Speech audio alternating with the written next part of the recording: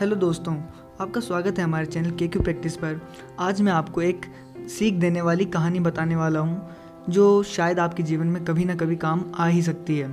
तो कहानी है, राम शास्त्री जी पेशवा माधवराव के गुरु थे। राम शास्त्री जी को दरबार में एक महत्वपूर्ण पद दिया गया था।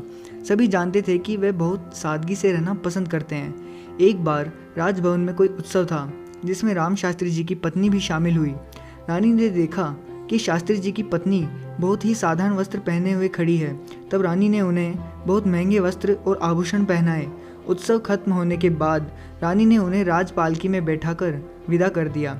जब पालकी शास्त्री जी के घर पहुंची तो कहारों ने दरवाज़ा खटखटाया। शास्त्री जी ने दरवाज़ा खोला, एक नज़र पत्नी की ओर देखा और कहारों को देखकर दरवाज़ा फिर से बंद कर दिया। कहारों ने फिर कहा कि दरवाज़ा खोलिए, आपकी पत्नी राजभवन से लौट आई है। शास्त्री जी ने दरवाज़ा नहीं खोला और अंदर से उत्तर दिया, आप लोग भूल से यहाँ आ गए हैं, जो यहाँ है वो मेरी पत्नी नहीं है। शास्त्री जी की पत्नी समझ गई और लौटकर राजभवन चली गई।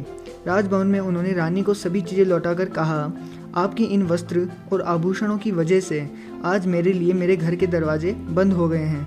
अपने पुराने वस्त्र पहनकर जैसे राजभवन आई थी उसी अवस्था में लौटकर वह अपने घर आ गई। तब घर का दरवाज़ा खुला और शास्त्री जी ने कहा, देवी तुम जानती हो ये जो राजभवन से मिले वस्त्र और आभूषण है ये दूसरों को नीचा दिखाने के लिए है, इसीलिए मैं तुम्हें उस रूप में कभी देखना नहीं चाहता हूँ। देवी तुम जानती हो हम सेवक हैं और सादगी ही हमारा आभूषण है। यह राम शास्त्री जी का व्यक्तित्व हमें शिक्षा दे रहा है। तो इस कहानी से हमें ये शिक्षा मिल रही है कि हमारे कपड़े और आभूषण दूसरों को नीचा दिखाने के लिए या किसी को आकर्षित करने के लिए नहीं होने चाहिए। हमारे व्यवहार में सादगी होनी चाहिए, वरना दूसरों के मन में हमारे लिए ईर्ष्या पनपेगी और वे हमारे सामने अपने आप को अपमानित महसूस करेंगे। तो दोस्तों, मैं आपसे उम्मीद करता हूँ आपको ये कहानी अच्छी लगी होगी और इसी तरह की कहानियों के लिए जुड़े रहिए हमारे चैनल से।